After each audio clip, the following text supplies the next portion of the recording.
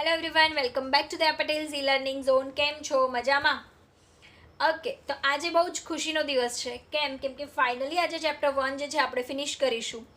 મારા માટે ખુશીનો દિવસ છે, તમારા માટે મે બી ના પણ હોય. બરાબર છે? એનું કારણ કહું, કેમ કે આજે તમને બહુ બધું હોમવર્ક મળવાનું છે.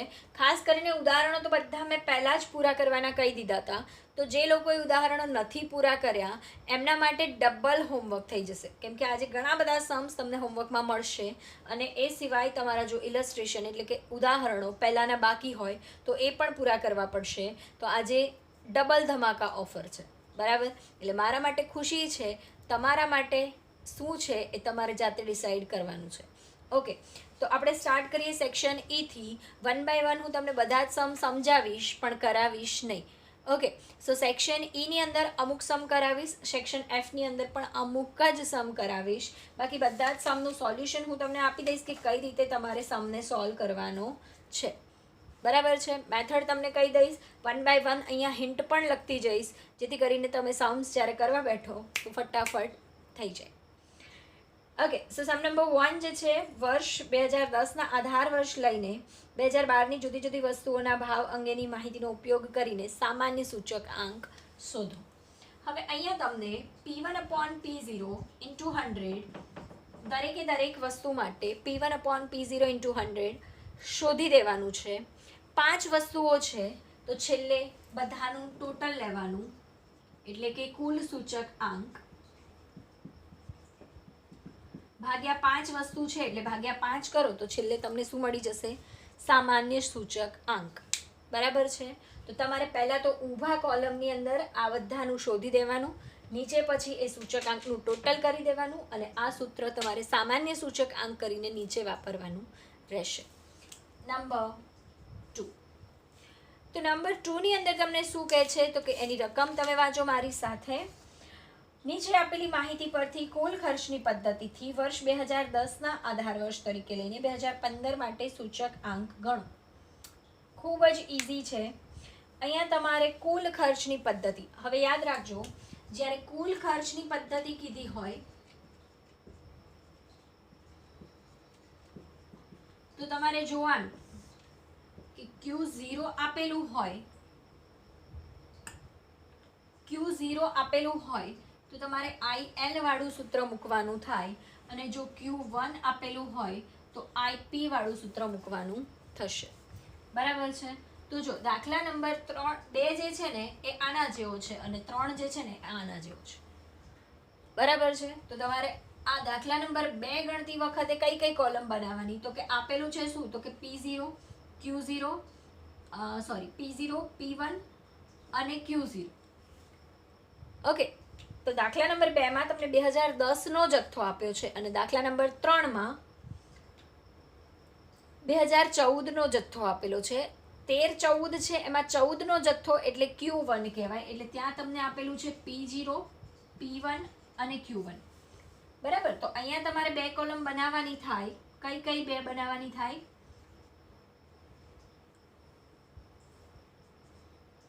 P1 Q0, P0 Q0.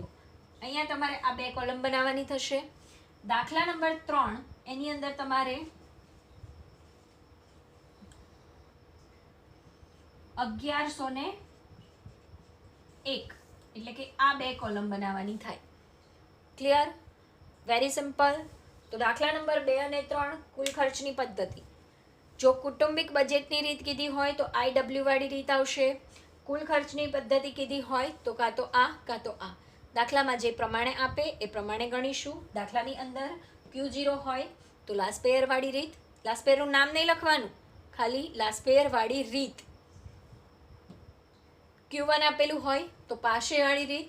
પાશેનું નામ નહીં લખવાનું, પણ પાશેવાળી રીતનું સૂત્ર મૂકવાનું. આખો દાખલો પાશેવાળી રીત પ્રમાણે જ ગણાશે. દાખલા નંબર 4ની વાત કરીએ. 4 તો જે આપણે બહુ જ શરૂઆતમાં પહેલો દાખલો જેવો ગણ્યો હતો, આધાર વર્ષ પછી ચાલુ વર્ષ, અચલ આધારની રીત, પરંપરિત આધારની રીત, અને 3 વર્ષના સરેરાશ ભાવને અચલ આધાર તરીકે લઈને જે રીત કરી હતી યાદ છે આપણે 3 મોટા મોટા, યાદ ના હોય ને યાર, બચપનમાં આપણે ગણ્યું તો 10-12 લેક્ચર થઈ ગયા ને, તો હવે તો તમે મોટા થઈ ગયા એટલે ભૂલાઈ ગયું હોય ને. તો હા, એની અંદર તમારે અહીંયા 2 રીત કરવાની છે. એક આપેલું છે કે 2008ને આધાર વર્ષ તરીકે લઈને અચલ આધારે સૂચકાંક. હવે 2008નો ભાવ શું છે? 32. તો બધાના છેદમાં 32 લેવાના, કેમ કે અચલ આધાર છે. બીજું કીધું છે કે 2008 અને 9ના સરેરાશ ભાવને આધાર વર્ષ તરીકે લેવાનું છે. સરેરાશ ભાવ એટલે 2008નો ભાવ કેટલો આપેલો છે? 32, અને 2009નો ભાવ આપેલો છે 38. 32 પ્લસ 38 એટલે 70. 70 ભાગ્યા 2 એટલે 35. તો દરેકને દરેક છેદમાં તમારે 35 લખવાના છે, અને સમજી ગયા ને, સૂચક આંક શોધી દેવાનો છે. ક્લિયર? બાજુમાં 2 કોલમ બનાવી દેવાની અને દાખલો ગણી દેવાનો. ખૂબ જ ઇઝી છે, કંઈ જ નવીનતા નથી.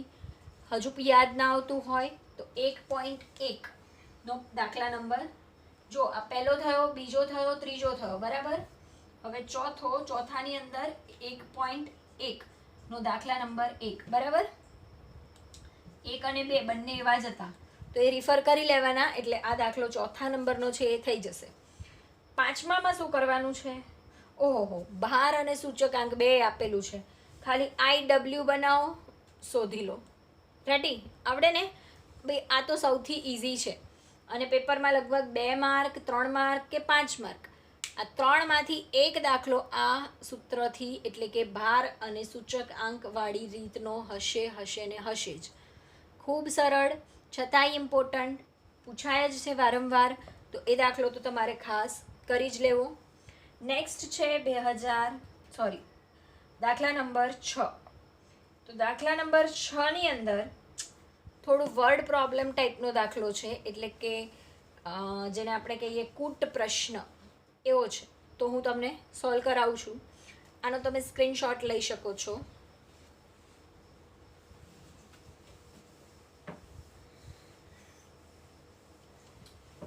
દાખલા નંબર 6. વર્ષ 2010ના સાપેક્ષમાં 2015માં ઘઉંના ભાવમાં 70% વધારો થાય છે, ચોખાના ભાવમાં 40%, બાજરીના ભાવમાં 25% ઘટાડો, તેલના ભાવમાં 40% વધારો, ઘીના ભાવમાં 5% ઘટાડો. હવે તમને અહીંયા 5 વસ્તુઓ આપેલી છે, તો આપણે પહેલા તો અહીંયા લખી દઈશું વસ્તુઓ. તો પહેલું જ આપેલું છે ઘઉં. એનો ઇન્ડેક્સ નંબર એટલે કે એનો સૂચક આંક શોધવા માટે કીધું છે કે ઘઉંના ભાવમાં 70% વધારો થાય છે, એટલે એનો સૂચક આંક થયો 170. ચોખાના ભાવમાં 40%નો વધારો થાય છે, તો એનો સૂચક આંક થયો 140. બાજરીના ભાવ 25% ઘટે છે, તો 100માંથી માઇનસ કરી દેવાના, તો સૂચક આંક થયો 75.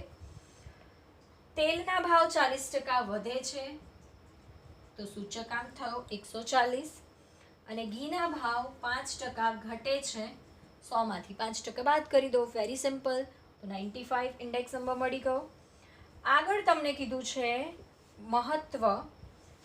જો ઘી કરતાં તેલનું મહત્વ 3 ગણું હોય, ઘી કરતાં તેલનું મહત્વ 3 ગણું, મહત્વ એટલે ભાર, ઘી કરતાં તેલનું મહત્વ 3 ગણું, તો જો હું ઘીને 1 કહું તો તેલનું મહત્વ કેટલું છે? 3 ગણું. તથા ચોખાનું બમણું હોય, એટલે ઘી કરતાં ચોખાનું કેવું છે? બમણું, એટલે કે ડબલ. ઘઉં અને બાજરી દરેકનું મહત્વ ચોખા કરતાં બમણું હોય, ચોખાનું 2, તો ઘઉં અને બાજરીનું 4. તો આ 5 વસ્તુના સમૂહનો સૂચક આંક શોધો અને અર્થઘટન કરો. આગળ ઉપર તમે જાતે કરી શકો છો, વેરી સિમ્પલ. IW ની કોલમ બનાવો, ટોટલ કરો,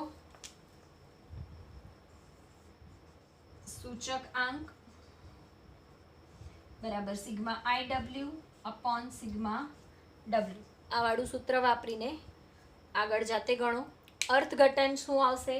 જે જવાબ આવે છે એમાંથી 100 બાદ કરો, જે આન્સર આવ્યો એને કહેજો કે આટલો વધારો થયો, બરાબર, ભાવમાં આટલા ટકાનો વધારો થયો. 100માંથી બાદ કર્યા પછી જે જવાબ આવે એટલા ટકા ભાવ વધ્યો ગણાય. સિમ્પલ. પડી સમજ? Very good. દાખલા નંબર 7 જુઓ શું કહે છે. આઈએમપી છે દાખલા નંબર 7. આઈએમપી ગણી શકાય. દાખલા નંબર 6 અને 7 બંને આઈએમપી છે. કામદાર વર્ગના માસિક વેતનની નીચેની માહિતી પરથી તેમના વાસ્તવિક વેતનની ગણતરી કરો. વાસ્તવિક વેતનનું સૂત્ર આપણે ઓલરેડી ચલાવી ચૂક્યા છીએ. વાસ્તવિક વેતન બરાબર સરેરાશ માસિક વેતન ભાગ્યા જીવન નિર્વાહ ખર્ચનો સૂચક આંક ગુણ્યા 100. તો તમારે શું કરવાનું છે? એક ટેબલ બનાવવાનું છે. વર્ષ, વેતન, જીવન નિર્વાહ સૂચકનો આંક અને પછી છેલ્લે વાસ્તવિક વેતન. અહીંયા આપણે લખી દઈશું વાસ્તવિક વેતનનું આખું સૂત્ર અને દરેકે દરેક વર્ષનું વાસ્તવિક વેતન શોધી લેવાનું છે. આગળ તમને કીધું છે કે વર્ષ 2008ને પાયાનું વર્ષ ગણીને 2015ના નાણાંની ખરીદ શક્તિ શોધો. આ વસ્તુ તમારા માટે નવી છે.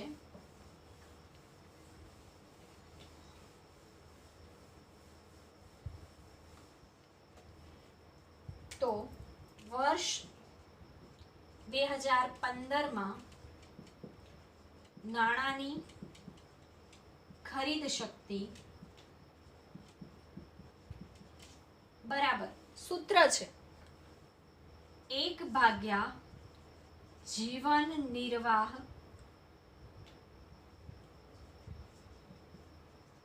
ખર્ચનો સૂચક આંક ગુણ્યા 100. 1/100 ભાગ્યા 2015ના વર્ષનો જે તમને જીવન નિર્વાહ ખર્ચનો સૂચકાંક આપેલો છે એ એટલે કે 260. તો 100/260 તો જવાબ મળે છે 0.3846. તો તમારી જે નાણાંની ખરીદ શક્તિ કહેવાય એ કહેવાય 0.38 પૈસા. શું કહેવાય? 0.38 પૈસા. આનો મતલબ થાય છે કે જે વસ્તુ પહેલાં 0.38 પૈસામાં આવતી હતી એ 2015માં 1 રૂપિયાની આવે છે. ખ્યાલ આવ્યો? તો નાણાંનું મૂલ્ય જે છે 1 રૂપિયાનું મૂલ્ય ઘટીને કેટલું થઈ ગયું? 38 પૈસા જેટલું થઈ ગયું. 1 રૂપિયાનું મૂલ્ય ઘટીને કેટલું થઈ ગયું? 38 પૈસા જેટલું થઈ ગયું. એટલે કે રૂપિયાનું મૂલ્ય ઘટ્યું. ફુગાવાનો દર ભણો જ છો ઇકોનોમિક્સમાં, તો નાણાંની ખરીદ શક્તિ પણ તમે સારી રીતે સમજી શકો છો. હવે જે છે તમારું દિલ થામીને રાખજો, કેમ કે ખૂબ જ ઇમ્પોર્ટન્ટ અનાઉન્સમેન્ટ કરું છું. દાખલા નંબર 1, 2, 3, 4, 5, 6, 7, 8, 9 આ બધા જ દાખલાઓ તમારે વેરી ગુડ સમજી ગયા. શું કરવાના છે? હોમવર્કમાં કરવાના છે. બધા દાખલાઓ ઘણા ઇમ્પોર્ટન્ટ છે, જાતે તમારે કરવાના છે, ટ્રાય કરવાની છે. હવે તો આવડવા જ જોઈએ. આ ચેપ્ટરના બહુ બધા દાખલાઓ આપણે કરેલા છે, તો દરેકે દરેક સેમ પ્રકારના જ દાખલાઓ છે. દાખલા નંબર 10 જે છે વર્ડ પ્રોબ્લેમ છે, જે હમણાં આગળ કરાવ્યો એ રીતનો છે, કરાવી દઉં છું કેમ કે ખૂબ જ ઇમ્પોર્ટન્ટ આઈએમપીઓ દાખલો છે. દાખલા નંબર 10 ઘણી બધી વાર એક્ઝામમાં પૂછી ચૂક્યો છે અને હજુ પણ પૂછાવાની સંભાવના ખરી. સેક્શન F દાખલા નંબર 10.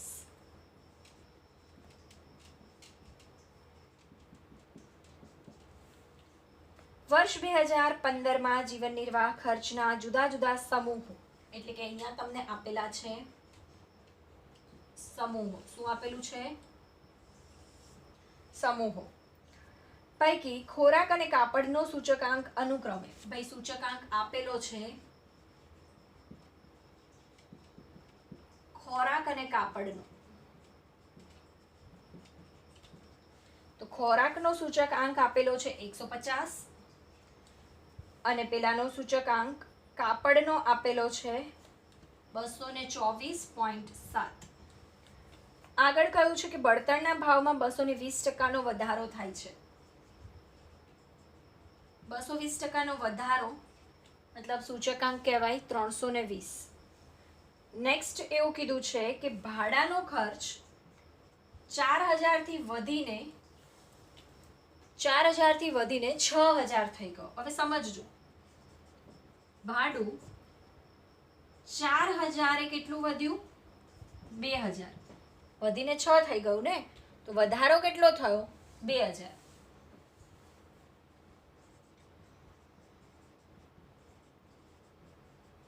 તો 100 એ કેટલા?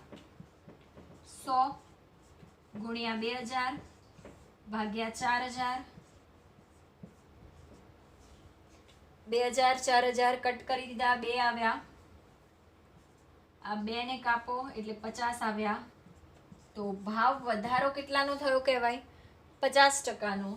માટે ભાડાનો સૂચકાંક કેટલો આવશે? 150. આ વસ્તુ ખાસ ધ્યાન રાખજો, ભાડામાં જે વધારો છે ને ત્યાં જ ભૂલ થાય છે દરેક વખતે, તો એ ના થાય એ ખાસ ધ્યાન રાખજો. આગળ કીધું છે કે પરચુરણ ખર્ચ 175 વધ્યો. મારી ચોપડીમાં આવું લખેલું, તમારી ચોપડીમાં શું લખ્યું છે? 1.75 ગણો વધ્યો, આવું લખેલું છે ને. તો 1.75 ગણો એટલે કેટલો કહેવાય? 175 વધ્યો, તો સૂચકાંક થયો 275. બરાબર? 1.75 ગણો એટલે વધારો કેટલો કહેવાય? 175. બરાબર છે. નેક્સ્ટ તમને કીધું છે કે મહત્વ, તો ટકાવારીમાં આપેલું છે મહત્વ 40, 18, 12 અને 20. ભાઈ એક વસ્તુનું મહત્વ ઘટ્યું છે, શું કરીશું? દિમાગમાં સ્ટ્રાઇક થવું પડે. ટકાવારી આપેલી છે ને, ટકાવારી હંમેશા કેટલી હોય? 100. તો આ જે પણ આવશે એ તમારો જે બેલેન્સિંગ ફિગર છે એ તમારું પરચુરણ ખર્ચનું મહત્વ આવશે. ઉપરનું ટોટલ 90 થાય છે, 90માંથી 100માંથી 90 બાદ કરો એટલે તમારો જવાબ જે છે એ તમને મળશે 10%. રેડી? તો ફાઇનલી આઈ મળી ગયો, ડબલ્યુ મળી ગયો. IWનું કોલમ બનાવો, પછી આગળ તો તમે જાણો જ છો. ઓકે, તો ફાઇનલી આપણું ચેપ્ટર નંબર 1 અહીંયા સમાપ્ત થાય છે. હવે ચેપ્ટર નંબર 1ને હું પહેલાં એક ક્વિક રિવિઝન આપી દઉં તમને. આપણે પહેલાં જ 1.1માં શું જોયું હતું? અચલ આધારની રીત અને પરંપરિત આધારની રીત, અને પાછું સરેરાશ ભાવને લઈને અચલ આધાર. 1.2ની અંદર આપણે કન્વર્ઝનવાળી રીત જોઈતી, અચલ ટુ પરંપરિત, પરંપરિત ટુ અચલ. પછી 1.3ની અંદર આપણે જોયું લાસ્પેયર અને પાશેવાળા એકમોવાળા દાખલા. 1.4ની અંદર આપણે જીવન નિર્વાહ ખર્ચનો સૂચકાંક. જીવન નિર્વાહ ખર્ચના સૂચકાંકમાં 2 રીત હોય. કૌટુંબિક બજેટ કીધું હોય તો આ વાળી IW વાળી રીત વાપરવી, અને કુલ ખર્ચની રીત કીધું હોય તો તમારે કાં તો લાસ્પેયર હોય અને કાં તો પાશે હોય. બસ એ સિવાય ચેપ્ટરમાં કંઈ જ નવીનતા નથી.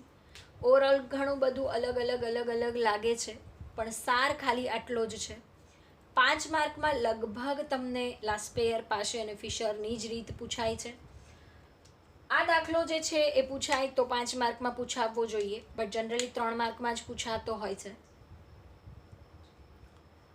સેક્શન Fનો દાખલો છે છતાં પણ 3 માર્કમાં જ પૂછાય છે, કેમ કે આ રીતના દાખલાઓ જે છે એટલા લેન્ધી નથી, માટે 3 માર્ક માટે સફિશિયન્ટ છે. તો આશા રાખું છું કે લગભગ તમારું ચેપ્ટર નંબર 1 મારી સાથે સાથે જ કમ્પ્લીટ થઈ ગયું હશે, કેમ કે મારા એન્ડ પર ચેપ્ટર નંબર 1 ફિનિશ થયું. હવે તમારી વાત કરીએ પ્રેક્ટિસની, તો પ્રેક્ટિસ શીટ જલ્દીથી તમને પ્રોવાઈડ કરવામાં આવશે. તો એ પ્રેક્ટિસ શીટના દાખલાઓ જે છે, વર્કશીટના દાખલા, એ પણ તમે જલ્દીથી પ્રેક્ટિસ કરી લો, તો જલ્દીથી જ્યારે પણ ટેસ્ટ આવે એના માટે રેડી રહો. હવે આપણે પાર્ટ 2 ચાલુ કરીશું, કેમ કે તમને ખ્યાલ છે કે આપણો પાર્ટ 1 50% સિલેબસ અહીંયા ખતમ થઈ ચૂક્યો છે. હવે આપણે પાર્ટ 2 તરફ ધીરે ધીરે પ્રયાણ કરીશું.